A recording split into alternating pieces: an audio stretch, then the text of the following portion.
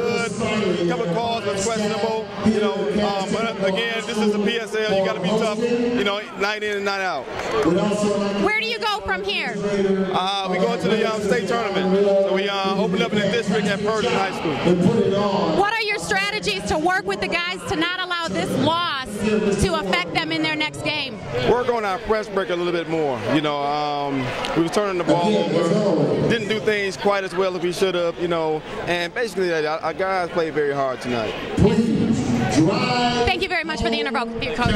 I'm Lauralyn Taylor from Cityballers.com. Congratulations on the win, Coach. Thank you so much. Thank you so much. Tell us what you did to prepare for this game. You know what? We put in a lot of hard work at practice. We knew that they had a hell of a team. They were very athletic. It will be very important for us to take away the space because they were so athletic and they jumped so well. So we felt like if we could get bodies on them, we could be pretty successful, which we really didn't do a great job of tonight. But I think our pressure out front really bothered them in the second half. Our pressure out front bothered them in the second half, then we bagged it up, and we just weren't able to contain Zedrick like we wanted to, but we made enough defensive plays to be successful down the stretch. That's it. Coach, at halftime, what did you do to motivate the guys? Because when you came out of the locker room in the second half, it seemed to turn around for you. So what did you do to motivate them and to turn this game around in your favor? You know what, Laura, they're a veteran group. I got 10 seniors on my team. And to get down to the city championship game, if I got to motivate them, then I haven't done my job all year. These guys knew what it was. They knew the task at hand. It was just imperative for us to bring the energy that we normally bring.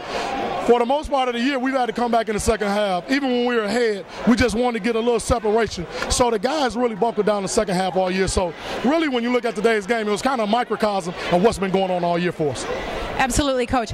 So in the end, you said you have 10 seniors. What do you think that winning the city championship does in order to get them looked at more by colleges and to get those scholarship offers rolling in for more of your guys? You know what it really does is it lets the college coaches know, number one, that we have a legitimate program. That's first and foremost. When they come check, they can see that all my kids have great grades. Most of my kids will qualify for college right away. So we run a disciplined program. We don't just let one guy come down and shoot the basketball all the time.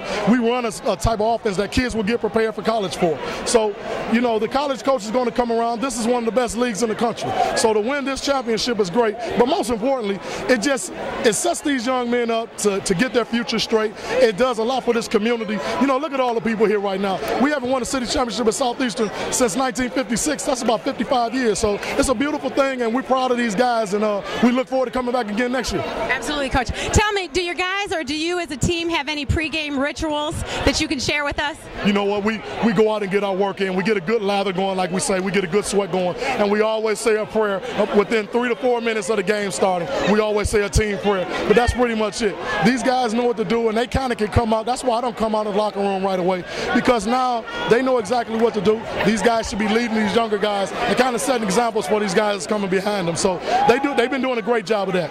Tell us, was it a strategy to come to the game as late as you did? No, it was just really a legitimate, I guess, breakdown with the transportation company. That's all it was. They got us kind of late, but you know what?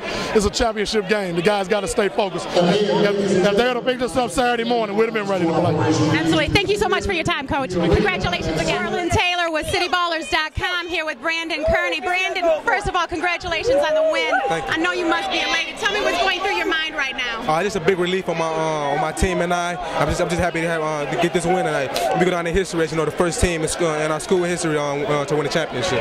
Absolutely. Brandon, what do you do from here in order to prepare for your next game and keep academics as a focus as well? Just keep working and stay focused. Just keep listening to our parents, and the people that lead us. Absolutely. Brandon, I have a question for you.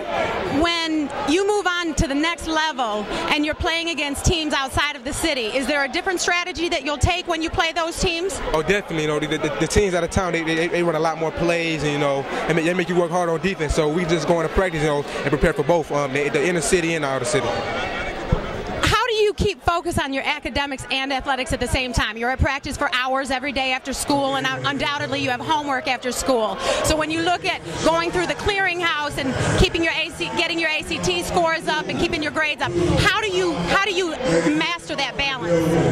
My parents, they've been on me since I was little about, taking academics first, so I will be able to play, and that's what I've been doing through my high school career. I have a 3.3 overall GPA, so I've been real focused on all my years. I want to give you props for having that kind of GPA while being the successful athlete that you are, and know that will translate into success when you go to college. This is Lauralyn Taylor representing Cityballers.com. If it ain't on Cityballers, it ain't hit.